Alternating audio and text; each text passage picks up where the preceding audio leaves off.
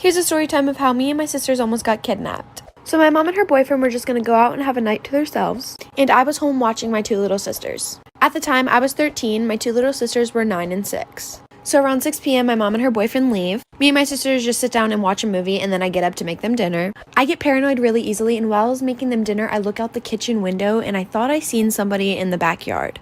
I text my mom and she gets on the cameras that are outside and she said nobody was out there. I continue making them dinner, we sit down and eat, and then we start watching another movie. Then we start hearing knocking. It wasn't coming from any of the doors, it was coming from the side of the house. I didn't want to bother my mom on her one night out, so I just took the kids and we went upstairs and watched a movie in my room. My 6-year-old sister at the time went to the bathroom and she came back in literal tears. She was literally crying so hard until I finally got her to stop and tell me what was wrong. She said as she was walking back from the bathroom, she seen somebody downstairs. I quietly locked my door and I put my sisters in the closet and I called my mom right away. Part 2 of how me and my sisters almost got kidnapped. I called my mom and then she looked on the cameras downstairs and somebody was in the house. She never told me what the person was doing. I guess she just didn't want me worrying, but she called 911 right away. While my two little sisters were in the closet, my 6-year-old sister would not stop crying and I'm pretty sure the person downstairs heard her. At this time, my mom and her boyfriend were already on the way and so were the police. I heard him coming up the steps, so I quietly opened the closet door and promised my sisters that they would stay quiet and be calm no matter what. I didn't know what he was here for, so I hid in the side of the bed in front of the closet so that he would get to me before he got to the girls. I heard him just rummaging through stuff and stuff breaking. Then a couple minutes later, I hear the police sirens. Right as I hear the police sirens, I hear our bedroom windows smash. While trying to stay as calm as I can, 3 policemen bust down the door. They grab me and my sisters and take us outside. About 5 minutes after they take us outside and put us in the back of their car, my mom and her boyfriend shows up. About 20 minutes later after he was caught, they did notify us that he was wanted for murder of 2 younger girls and 1 adult male. About $10,000 of our stuff was either missing or broke. Then about a month later when we were capable to, we did move. Nothing has happened since.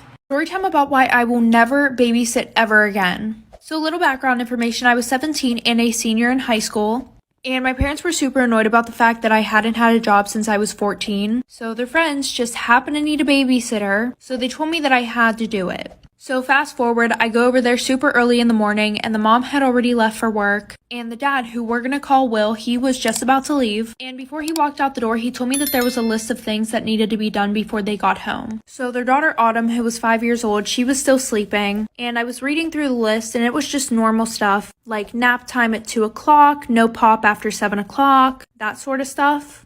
And then it had an arrow pointing towards the back. And when I flipped the page over, it said, by the way, Autumn is scared to bathe by herself, so please get a shower with her. And I was not comfortable with that, so I called my mom and I told her about it.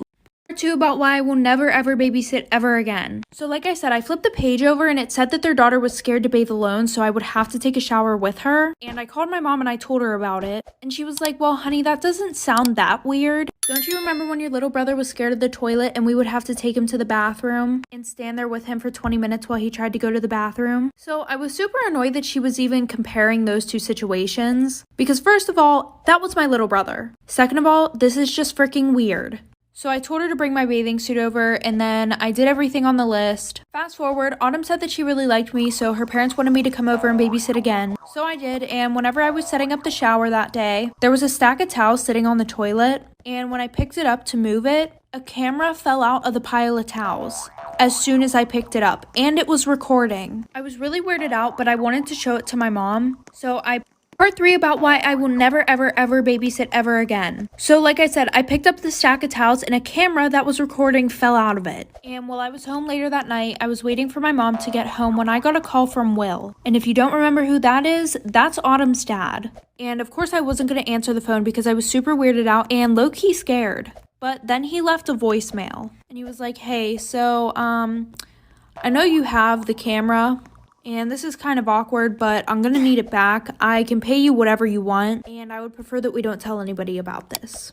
Sometimes I'm just really amazed at how stupid people are because as soon as my mom got home, I showed her the camera and I let her listen to the voicemail. So my mom called over Autumn's mom. So they called the police and Autumn's mom kept trying to call Will, but his phone was going straight to voicemail. And she was like, yeah, he begged me not to come over here whenever you called. It's been a week since this happened and Autumn's dad is currently running from the cops.